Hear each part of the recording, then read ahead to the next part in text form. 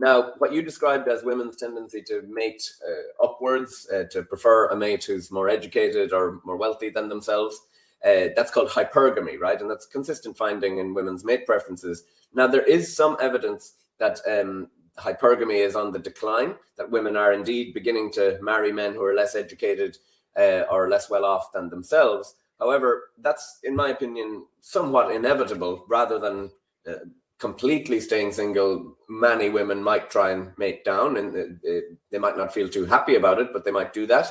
And even the authors of that study that found the decline in hypergamy, they preface their findings that, oh, we can't speak to how women felt about this having to mate down. And also, how subtle are the measures? Because you can make trade-offs, can't you? You can get a man might be a plumber and earn more than you as an academic. So you're making a trade-off in terms of status rather than simply marrying down. That could be right too, but it gets even more kind of complicated still. So that decline in hypergamy has occurred in lockstep with increases in female infidelity. Rates of infidelity for men have remained pretty stable across time, pretty high, but they've increased by 40% among women in the last half century. So that's happened alongside this decline in hypergamy. That's women are not happy then, that they are showing they're not happy by shagging around.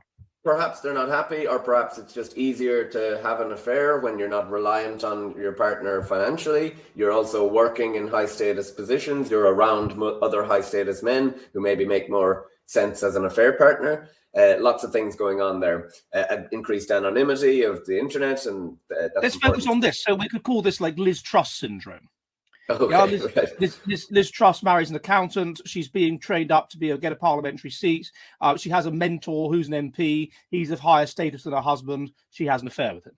Okay, yeah. So I wasn't really aware of that with Liz Truss, but that kind of makes sense. And that describes female infidelity better than male infidelity. Male infidelity tends to happen out of opportunity. You have men sitting in couples counselling rooms up and down the country, and the counsellor asks them, why did you have an affair on your wife? You know, you love your wife, you love your family. Why did you cheat with that hairdresser around the corner?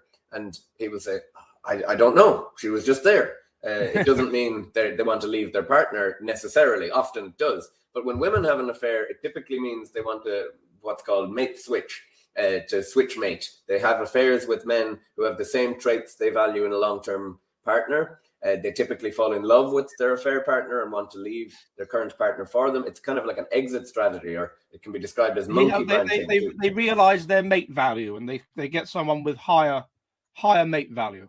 Perhaps, yeah. And a sudden rise in mate value of one partner compared to the other is a big predictor of an affair. You can that's a good signal that someone might consider having an affair. A man rises in social status, and then the women are more interested in him, and so on. Yeah.